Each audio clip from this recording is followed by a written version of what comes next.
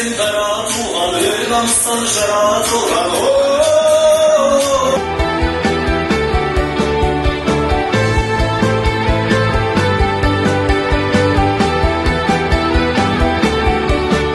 Нұр-Сұлтан қаласы бойынша осы жылы рухани жаңғыру бағдарламасы аясында біз мектептер арасында 30 жоба іске асырдық. Соның бірі бүгін өткен отбасы бақыт мекені деген іс-шара болатын.